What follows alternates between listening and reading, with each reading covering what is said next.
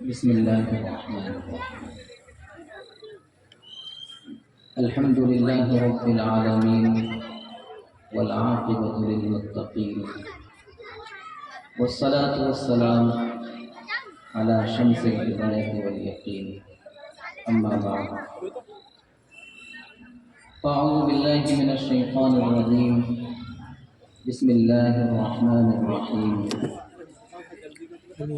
يا أيها الرسل كلوا من الطيبات واعملوا صالحا إني بما تعملون عليم. وقال الله تعالى في مقام آخر: يا أيها الذين آمنوا كلوا من طيبات ما رزقناكم واشكروا لله إن كنتم إياه تعبدون. عن عبد الله بن مسعود رضي الله تعالى عنه أن رسول الله صلى الله عليه وسلم قال: طلب كسب الحلال فريضة بعد الفريضة، أو كما قال عليه الصلاة والسلام. عن المستورد رضي الله عنه حدثه أن رسول الله صلى الله عليه وسلم من أكل برجل مسلم أكلة فإن الله يطعمه مثلها من جهنم، أو كما قال عليه الصلاة والسلام. محترم عزیزوں اور بزرگوں، آج کا یہ مبارک موقع اور بہت ہی متبرک محفل اور بہت ہی پر رونق مجلس ہے، اور میرے لیے ان قرآن و حدیث کے ماہرین اور اسلامی تعلیمات پر گہری نظر رکھنے والے جید علماء اور علوم شرعیہ اسلامیہ پر دسترس رکھنے والے رجال کار حضرات کی موجودگی، اور اسی طریقے سے بہت سارے یہاں اکابر ذی استعداد صلاحیت مند علماء صلاحاء مجلہ اور مزکہ شخصیات تشریف فرما ہیں. ان اکابرین کی موجودگی میں میرے لیے بڑی سعادت کی بات ہے اور میرے لیے بڑا شرف ہے کہ میں ان حضرات کی صحبت میں بیٹھا ہوں اور ان کے سامنے کچھ کہنے کا موقع ملا. اور آپ حضرات کے لیے بھی بڑی خوش نصیبی کی بات ہے کہ آپ ان علماء کے نام پر یہاں تشریف لائے اور آپ نے ان علماء سے، وارثین انبیاء سے آ کر ایک محبت کا ثبوت دیا. تو سب کے لیے بڑی کامیابی ہے، بڑی خوش نصیبی ہے. ایک شیخ رومی فرماتے ہیں شعر کے اندر: یک زمانہ صحبت با اولیاء صد سالہ بہتر است از طاعت دیریا. کہ تھوڑی دیر اللہ والوں کی صحبت میں بیٹھ جانا یہ 100 سالہ بیریا عبادت سے بہتر ہے. تو ہمارے لیے اتنا سنہرا یہ موقع ہے کہ ہم علماء کی اکابرین کی صحبت میں بیٹھے ہیں. اللہ ہم سب کے لیے اس بیٹھنے کو مغفرت کا اور بخشش کا ذریعہ بنائے. آمین. حاضرین مجلس، میں نے قرآن کریم کی آیات پڑھی ہیں اور احادیث بھی پیش کی ہیں. قرآن کریم کی ان آیات کے اندر اللہ رب العزت نے رسولوں کو خاص طور پر یہ حکم دیا ہے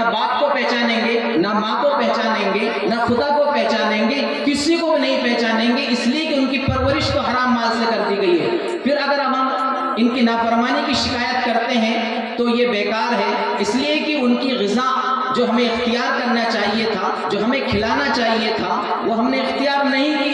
ہم نے تو بس پیٹ بھرنا ہے، بس پیسے کمانا ہے، کہیں سے بھی آئے، کیسے بھی آئے، اور ہم تو اسی فکر میں بس لگ گئے، صبح سے شام تک، شام سے پوری رات کبھی کبھی تو لگا دیتے ہیں، صبح ہو جاتی ہے اور اسی حالت میں پوری زندگی گزر جاتی ہے۔ تو حلال روزی کمائیں، حلال روزی اختیار کریں۔ حلال روزی کا بڑا اثر ہوتا ہے، حرام روزی کا بھی اثر ہوتا ہے۔ بلکہ تاریخ کے اندر آتا ہے، مورخین میں لکھا ہے کہ کوفہ کے اندر علماء کرام کی ایک جماعت تھی جو مستجاب الدعوات جماعت تھی، کہ اگر وہ ہاتھ اٹھا دیا کرتے تھے تو ان کی دعائیں رد نہیں ہوا کرتی تھی۔ تو ایک تاریخ کے اندر مورخین نے لکھا ہے کہ وہ علماء اگر ان پر کوئی ظالم بادشاہ مسلط ہوتا تو وہ ہاتھ اٹھا کر اللہ سے کہتے اور اللہ سے مانگتے تو اللہ ان کی دعا کو قبول فرماتے اور اس ظالم کو ہلاک فرما دیتے۔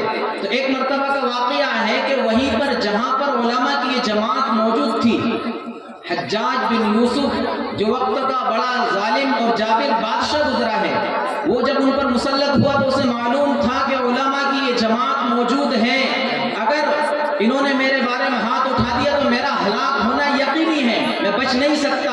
تو اس نے ایک طریقہ اختیار کیا کہ کیسے ان کی دعا سے میں بچ سکتا ہوں، لہٰذا اس نے تمام علماء کی دعوت کی، سب لوگوں کی وہاں پر دعوت کی، اور اس دعوت کے اندر خاص طور سے ان مستجاب الدعوات علماء کو شریک کیا، ان کو مدعو کیا۔ جب یہ لوگ کھانے سے فارغ ہو گئے تو فارغ ہونے کے بعد وہ کہتا ہے اب میں ان حضرات کی دعا سے بچ چکا ہوں، ان کی بد دعا مجھے نہیں لگ سکتی۔ کیوں؟ اس لیے کہ ان کے پیٹ کے اندر حرام روزی جا چکی ہے، داخل ہو چکی۔ اللہ دیکھیے تو صحیح آپ حرام روزی کا کتنا بڑا اثر ہے کہ وہ علماء کہ جن کی آواز عرشوں کو چیر کر، آسمان کو چیر کر عرشوں پر پہنچ جایا کرتی تھی اور اللہ ان کی دعاؤں کو رد نہیں کیا کرتے تھے، آج ہم دیکھ لیں کہ ہماری دعائیں قبول کیوں نہیں ہوتی، کیا وجہ ہے؟ حقیقت کو تلاش کریں۔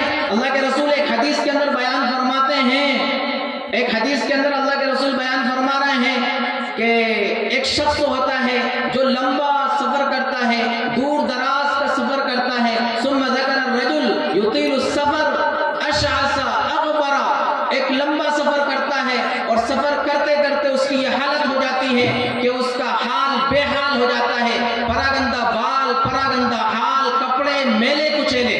اور مسافر کے بارے میں یہ آتا ہے کہ مسافر جب ہاتھ اٹھاتا ہے تو اللہ اس کی دعا کو قبول فرماتے، رد نہیں فرماتے ہیں، لیکن یہ مسافر دیکھیے جس کی دعا قبول ہوتی ہے، یہ مسافر اس حالت میں ہے کہ اس کا حال بھی خراب، کپڑے بھی خراب، لباس گندا، بال پراگندہ۔